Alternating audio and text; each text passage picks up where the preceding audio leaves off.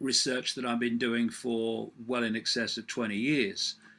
In the late 90s, something like nearly 20 years ago, so 17, 20 years ago, get the sun out of that, I published this book, The Biggest Secret, which at the time many people thought, as usual, that I was crazy to suggest and name um, many famous people, both sides of the Atlantic, in relation to paedophilia, Satanism, and horrific, violent abuse in some cases of children and young people.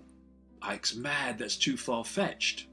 Well, what you realize when you research these subjects in any depth and for any length of time is that the definition of far fetched takes a way big expansion once you realize what the rich and famous are doing behind the facade that we see in the mainstream media and the mainstream world. And one of the themes that comes out of this is networks of child traffickers and networks of this, and the documents talk about how people like one of the girls, now a woman who is making these claims, Virginia Roberts, how they were flown around the world to Britain and other places as part of this network that they talk about.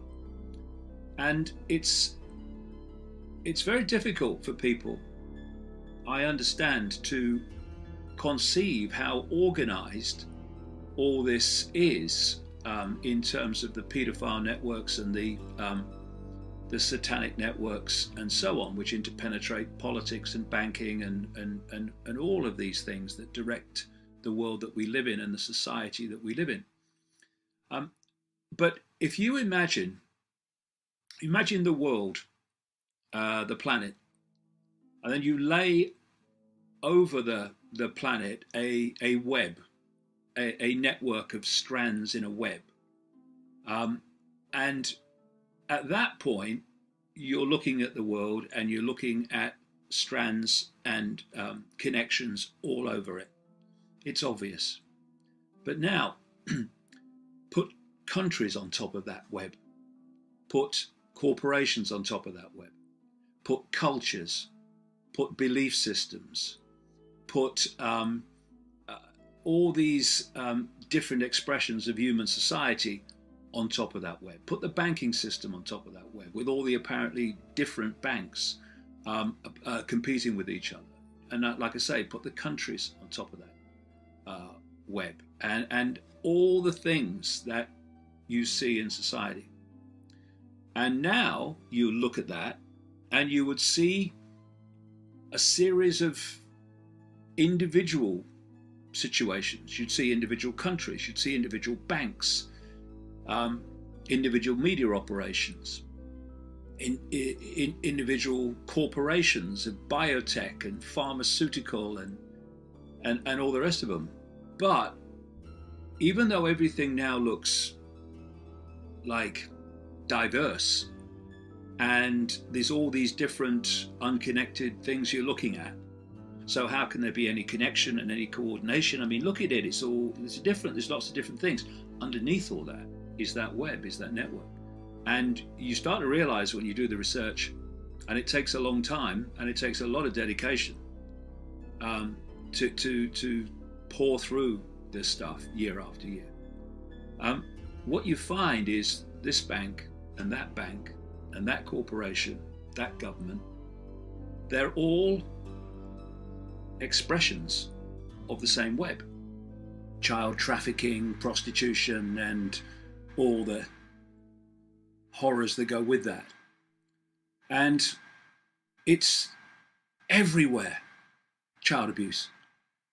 And the Member of Parliament who's been the most vocal in demanding action and exposure of those involved, particularly in the political arena, said this week that the scale of child abuse is basically staggering, and what the heck is going on?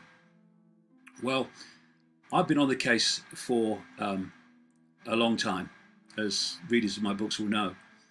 And the time is coming when, to answer these sorts of questions and to answer other mysteries about the way the world is run and what happens, we really do need to move beyond the concrete-minded, programmed, since birth view of the world, reality, and everything. Because questions like, why, as it's becoming clear, I've been writing it for a long time, but it's becoming clear in the public arena now, why is it that worldwide the scale of child abuse is almost unimaginable?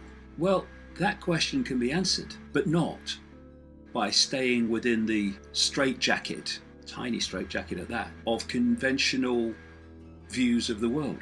And, you know, we're born into this program, and the program is downloaded to us through parents who've already downloaded the program, through the education system, through the media, through academia and what passes for science, through politics. It's all downloading the program, which is a particular worldview within incredibly narrow lines of limitation. And if you try to explain the world in all its forms and expressions from that perspective, you're never going to do it. You're going to find cul-de-sacs all over the place that you can't go any further, because if this worldview of reality, etc., is true, then what seems to be happening can't be possible. So it can't be explained by that. And science is not something like official history. It's not something to reveal. It's actually a structure to suppress and to stop people going into areas of legitimate research because of ridicule or dismissal. Sometimes, in terms of scientists, literal dismissal, if you don't sing from the song sheet.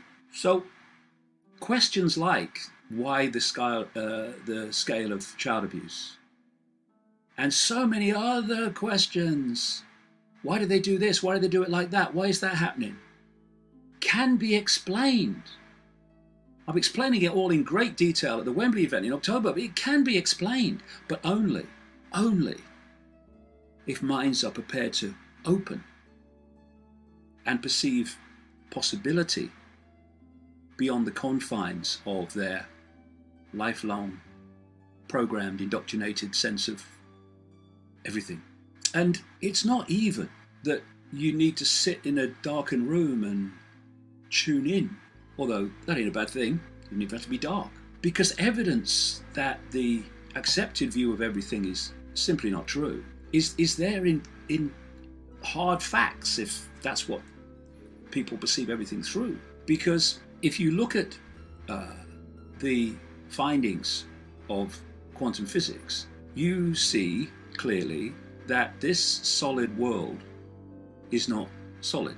Actually, what it is an information field or information fields, and we are decoding those fields into a reality, just like this computer here decodes the internet from information into what we see on the screen as graphics and pictures and videos and all that. So if we get down to basics in terms of the worldview, you say to most people, is the world solid? Well, yeah, mate, of course it is. Look. But it can't be. So there's suddenly not only a vast new point from which to observe everything and perceive everything, there's also the end of limitation. Because if you perceive the world to be physical, solid in the way that we perceive it and experience it, then so much is not possible. And so when people like me come along and say, this is how it's done, and that's how it's done, and that's what that is, and that's how that works, they say, you're mad. You can't do that. You can't do that with a solid world. No, you can't. You can't. But the world ain't solid. It's an information field or fields that we are decoding into a sense of reality. And our perception of reality massively influences, in fact, dictates the reality that we decode and thus experience as what we call our lives, because this is a global agenda of mass and individual mind control, so you find it going on everywhere. But of course there are certain centers where you find it most concentrated, and the United States and Britain and anything to do with Mossad in Israel are some of the major centers, in fact the major centers that you'll find in terms of the manipulation of the individual and collective perception. And that's what it is really. My latest book's called The Perception Deception, because when you look at how you control individuals and most certainly the population in general, you have to manipulate their perception of reality, their perception of self, their perception of world events, and their perception of endless situations. Because from that perception comes their response and comes their behavior. So if you can manipulate their perception to see things in a certain way, then you can manipulate them to support what you want to do as a result of that, or to oppose something you want opposed, or to turn against someone or some group as a result of the manipulation of perception. It is the whole foundation of the global conspiracy and the manipulation of the human race. It's controlling, manipulating, and implanting their sense of reality, their perception. Now, this can be done on a mass scale, and I will talk about that in other places, and it's all in my books.